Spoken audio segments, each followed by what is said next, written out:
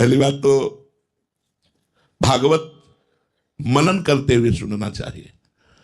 दूसरी बात, जो भागवत में कहा गया है उसको आजीवन हम धारण करें। तीसरी बात, हम विश्वास रखें कि भागवत सुन चुके हैं, हमारा मोक्ष हो जाएगा। तीसरी बात, हम बिल्कुल अपने मन में निर्धारण किए मेरा तो मोक्ष हो गया, मैंने तो भागवत सुन लिया है। आपको विश्वास है ऐसा?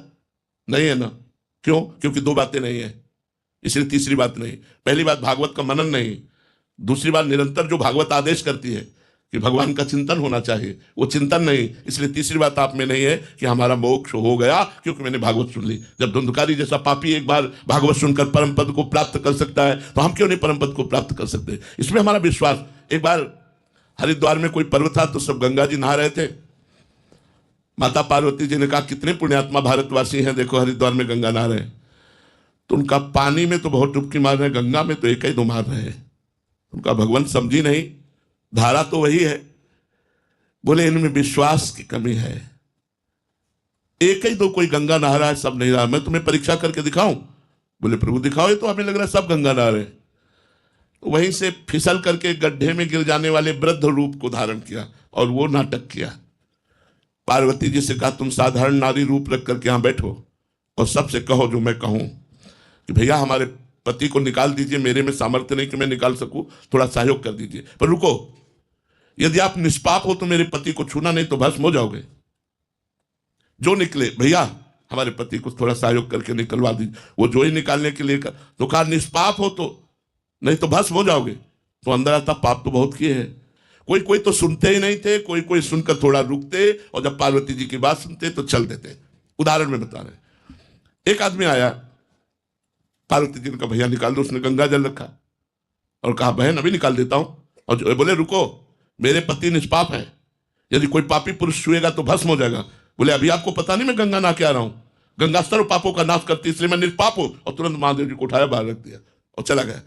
पार्वती जी से कहा केवल एक गंगा नहाया इसलिए। तो बोले प्रभु नहाया तो सब। बोले विश्वास और भावना की कमी।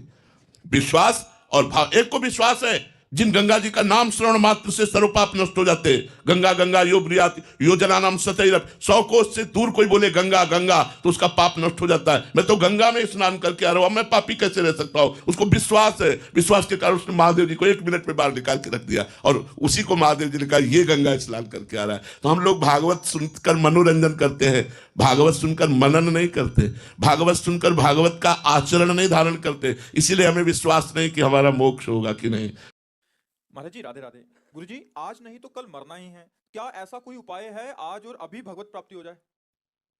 है तो पर वो बहुत ही असंभव सा है।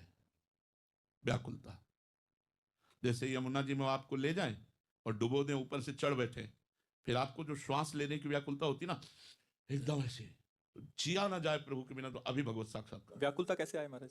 अब इसी के लिए तो साधन करना पड़ता है, फिर जन्म जन्म मुनि जतन कराए, इसी के लिए साधन करना पड़ता है।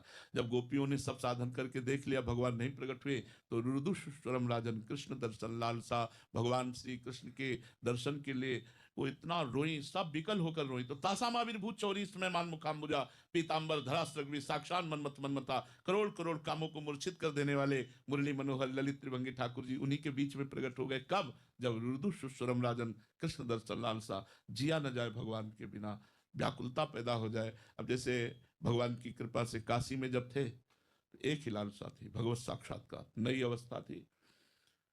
7-7 दिन 8-8 दिन भोजन नहीं मिलता, घाट में ऐसे एकांतिक रहते, गंगा जल पान करके रहते, बस रोज ऐसी लालसा जागर आज महादेव मिलेंगे, आज महादेव जी मिलेंगे, आज ऐसी लालसा पवित्र, रोज गंगा स्नान, विश्वनाथ जी के दर्शन, खान पान सब भगवद आश्रित, घाट में रहना, कष्ट पूर्वक जीवन व्यतीत करना, एक ही लालसा, केवल भगवान मिलेंगे। जब एक ही लालसा रह जाती है तो भगवान अवश्य मिलते हैं, अवश्य मिलते हैं।